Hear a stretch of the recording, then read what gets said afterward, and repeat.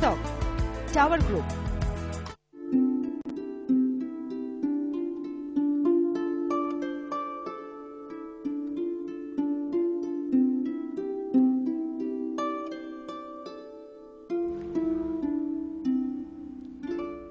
অন্য দুর্গায় কথা বলছি অরুণা দেবীর সঙ্গে। আমরা ব্রেকের আগে যেটা বলছিলাম যে পড়াশোনায় যেমন একজন খুব উন্নতি করেছে, খেলাধুলাতেও আপনাদের একজন খুব নাম করেছে, তার সম্বন্ধে যদি খেলাধুলায় স্বরাজ সিং, ও অস্ট্রেলিয়াতে সোনা রূপ ব্রোঞ্জ পেয়েছে মার্শাল আর্টে, এখন সাউথ আফ্রিকায় গেছে, ভালোই করবে। সেই অসাধ্য সাধনটা আপনারা করলেন কি করে? মানে ওকে যখন এসেছিল আপনাদের ওখানে কত বয়স তার? ও তখন ছোটই ছিল, মানে বছর 5-6 মতন। কিন্তু এক্ষেত্রে মার্শাল আর্ট তো আমরা স্কুলে শেখাতে পারি না। ও নিজেই, সবচেয়ে বড় কথা, ও নিজে 11 বছর বয়সের সময় ও নিজেই ক্লাবে গিয়ে ভর্তি হয়েছে। ভর্তি হয়ে একটি হিয়ারিং ইম্পেয়ার্ড, ও শ্রবণ প্রতিবন্ধী। ও নিজেই ভর্তি হয়ে মাকে এসে বলেছে যে আমি ওখানে ভর্তি হয়েছি। 6 মাসের মধ্যে ও শুরু করেছে ওর অ্যাচিভমেন্ট। এত ভালো রেসপন্সটা, এত ভালো ওর, যার জন্য ওর গাইড খুব খুশি, এবং সাউথ আফ্রিকাতেও ভালোই করবে। পাশাপাশি ফুটবলেও একজন, আচ্ছা, আরেকজন ফুটবলে ও তো ন্যাশনালে হ্যাট্রিক করে তারপরে ও মিনিওপলিসে গেল, ভালোই করেছে। কিন্তু ওর যেহেতু শারীরিক একটা অসুবিধে ছিল, ফলে ওর সেই ওষুধ কমতে থাকার ফলে ওর প্রেশার ফ্লাকচুয়েট করতে থাকাতে ও, যার জন্য চাকরি করতে পারলো না, ওর খেলাও বন্ধ করতে হলো।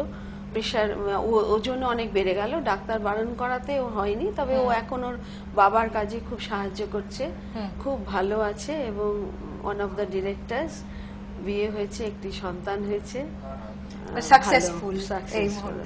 এই যে এতজন বাচ্চারা ধরুন আসে, তার জন্য আপনাদের ইনস্টিটিউশনে কি কোনো ডাক্তারের ব্যবস্থা রয়েছে? মানে কখনো যদি তারা অসুবিধায় পড়ে, এই ধরনের ব্যবস্থা রয়েছে? ডাক্তার আছে, কনসালটেন্ট অনেকে আছেন, তো দরকার হলে তাদের রেফারেন্স আমরা তাদের কাছে পাঠিয়ে দিই, এই আর কি। আমাদের এমনি মানসিক প্রতিবন্ধী অনেক ছেলেরা বিশেষ করে আছে, যে একটি ছেলে নিজেই দাঁড়িয়ে নিজে এখন ধূপকাঠি বিক্রি করে, স্বনির্ভর হয়ে ও ধূপকাঠি। একটি ছেলে রিক্সা চালায়, ও খুবই গরিব ছিল, ও যাই হোক পেয়েছে। আরেকটি ছেলে ও দোকান করছে বাজারে, একলা বসে হিসেবগুলো শেখা ওদের সমস্যা, হিসেব নিয়ে ও কাজ করছে, এরকম ভালোই মোটামুটি দাঁড়িয়ে যাচ্ছে। আর আমরা ওদের স্বনির্ভর করার জন্য ভোকেশনাল কিছু বিয়ে করেছি আর কি, 3টে ইউনিট চালাই। একটা ট্রেনিং দেন, ভোকেশনাল ট্রেনিং। হ্যাঁ, কি কি ওখানে ট্রেনিং দেন? একটা হচ্ছে ওই জুট ব্যাগ, যেটা ছবিতে দেখানো হলো, জুট ব্যাগ স্ক্রিন প্রিন্টিং এর কাজ করাই। আর দ্বিতীয় হচ্ছে ক্যান্টিন, মানসিক প্রতিবন্ধী মেয়েরা যাতে রান্নার কাজটা শেখে।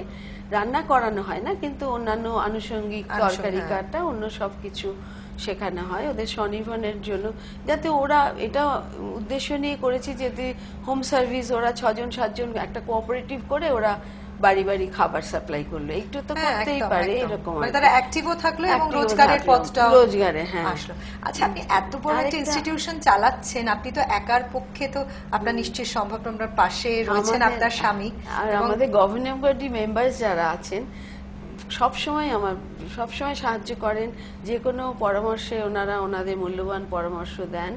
আমাদের প্রেসিডেন্ট, ভাইস প্রেসিডেন্ট সবাই আমাদের খুব, তারাও যেমন করছে। আমার মনে হয় সুদীপ বসুরও একটা বড় ভূমিকা রয়েছে, তিনি যেমন যেহেতু সাইকোলজিস্ট, মানে তিনি আপনার মানসিকতাটা বোঝেন, এবং এই মানে ছাত্রছাত্রীদের মানসিকতাটাও কিছুটা বোঝেন। আমরা শুনে নেব যে ওনার বক্তব্য, উনি কি বলছেন এই গাইডেন্স সেন্টার নিয়ে। শুরু হয়েছিল ছোট জায়গায়, কিন্তু অরুণার যে জিল বা যে জেদ, সেটার কারণে স্কুলটা আস্তে আস্তে বড় হয়। সমস্ত দায়িত্ব ওকেই সামলাতে হতো। এখন অনেক শিক্ষক, অনেক লোকজন, কোঅর্ডিনেটর অনেক এসে গেছে, তারা এখন অনেক বেটার ওয়েতে করতে পারছেন। কিন্তু সেই শুরুটা কিন্তু ওকে সামলাতে হয়েছিল। পার্সোনাল লোন নিয়ে ফার্নিচার বা অন্যান্য জিনিসপত্র কিনতে হয়েছিল, এবং সেই লোন শোধ বাড়ির থেকেই হয়েছিল। আমরা তখন তার রেজিস্টার্ড অর্গানাইজেশন হিসেবে আসেনি। তো ধীরে ধীরে এই শ্রীরামপুর চাইল্ড গার্ডেন্সের সঙ্গে অরুণার যে ভাবনা চিন্তা, সেগুলো আরো পরিব্যাপ্ত হলো।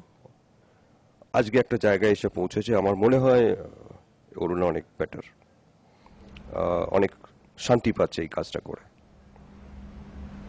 আমার মনে হয় ওনার কথা যেটা বলে শান্তি পাচ্ছেন এবং আপনার জেদ, এই দুটো জিনিস কিন্তু ওনার কথায় যে একটা কিছু করব এবং মানে সেই ডিটারমিনেশনটা আছে বলেই বোধহয় আপনি আপনার উত্তরণের পাশে সবাইকে পেয়েছি বলেই আরো করতে পেরেছি।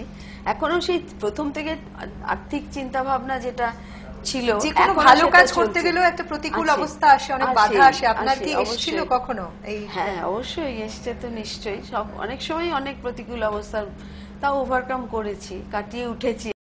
তো আবার তো এই 2-2.5 বছর ধরে মিনিস্ট্রি থেকে টাকা পয়সা পাচ্ছি না, আবার সেই প্রবলেম চলছে।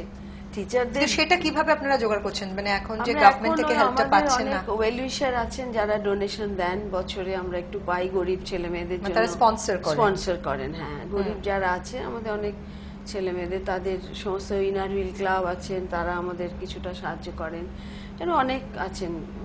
আরেকটা যেটা জিজ্ঞেস করবো যে আপনার বিভিন্ন বয়সের বিভিন্ন ধরনের এই যে স্টুডেন্টসরা রয়েছে এখানে, পাঠ্যক্রমটা আপনারা কিভাবে তৈরি করেন? মানে একটা স্কুলের তো একটা সিলেবাস বলুন, পাঠ্যক্রম তৈরি, আপনারা সেটাকে কিভাবে তৈরি করেন? আমাদের এই মানসিক প্রতিবন্ধী কথাটা এখন আমার একটু বলতে বোঝাবার জন্য বলতে হচ্ছে বারবার। স্পেশাল চিলড্রেনেরা, চাহিদা সম্পন্ন শিশু, ওদের জন্য আমরা পাঠ্যক্রম করি বাংলা, ইংরেজি এবং অঙ্ক।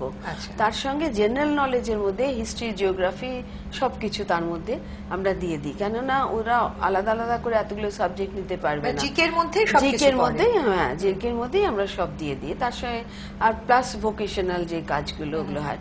শ্রবণ প্রতিবন্ধীদের জন্য আমরা জেনারেল কারিকুলাম ফলো করি, ওরা ক্লাসে প্রমোশন নিয়ে ওঠে, সেরকম জেনারেল স্কুলে যেরকম হয় সেরকমই হচ্ছে আর কি, এরা এই করছে। আর যারা এই গোটা স্কুলটা ম্যানেজ করে, ম্যানেজিং কমিটিতে যারা আছেন, একবার তারা কি বলছেন তাদের কথা আমরা শুনি। এই স্কুলে নিয়মিত যিনি সব কাজকর্ম দেখেন, অরুণা দেবী, বলতে গেলে তিনি এই স্কুলটা ক্রিয়েটার আমি বলবো, অনায়াসই বলা যায়। কারণ এই স্কুল ছিল তার ড্রিম চাইল্ড যাকে বলো। 86 সালের আগে, 86-তে শুরু যদি ধরি আমি, তখন 2-3 জন ছাত্রছাত্রী নিয়ে যে স্কুলটা তৈরি করেছিলেন এবং নিজস্ব ফান্ড, নিজস্ব সোর্স থেকে সবকিছু করে, ডোনেশন, নিজের পয়সা, এইসব দিয়ে এই স্কুলটিকে তৈরি করে একটু একটু একটু একটু করে বড় হতে। রিটায়ার করার পরে আমি স্কুলটাকে সম্পূর্ণভাবে স্কুলের সঙ্গে আমার সংযোগ, এবং আমি যেটা দেখেছি এবং বুঝেছি, অরুণা দেবীর ভেতরে এমন একটা লিডারশিপ ক্যারেক্টারিস্টিক আছে যিনি কোনো বাধাকেই বাধা বলে মনে করেন না। প্রথম দিকে যখন উনি এই স্কুলটার সম্বন্ধে চিন্তা ভাবনা করছিলেন, তখন অনেক বাধা এসেছে বিভিন্ন দিক থেকে। মাত্র 4 জন স্টুডেন্ট নিয়ে এই প্রতিবন্ধী স্কুলের ওনার স্বপ্ন, এবং ওনার হাজবেন্ড শ্রী সুদীপ বাসু, যিনি সাইকোলজিস্ট, তিনিও এই স্কুলকে বিভিন্নভাবে সাহায্য করে আজকের সেই খুব ছোট্ট একটা চারা গাছ আজকে একটা পুরোপুরি গাছ হয়ে দাঁড়িয়েছে। অবশেষে আপনার ড্রিম চাইল্ড অ্যাডাল্ট হয়েছে, মানে পরিপূর্ণ অবয়ব তৈরি হয়েছে, একটা আপনার স্বপ্নের অবয়বটা তৈরি হয়েছে।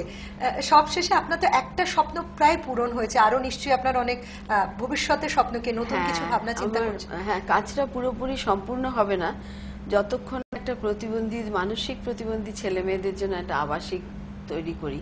সবারই বাবা মায়েদের একটি মাত্র সন্তান, সেই সন্তানেরা বাবা মার পরে কে তাদের দেখাশোনা করবে? তারা তো ইন্ডিপেন্ডেন্ট লাইফ লিড করতে পারবে না।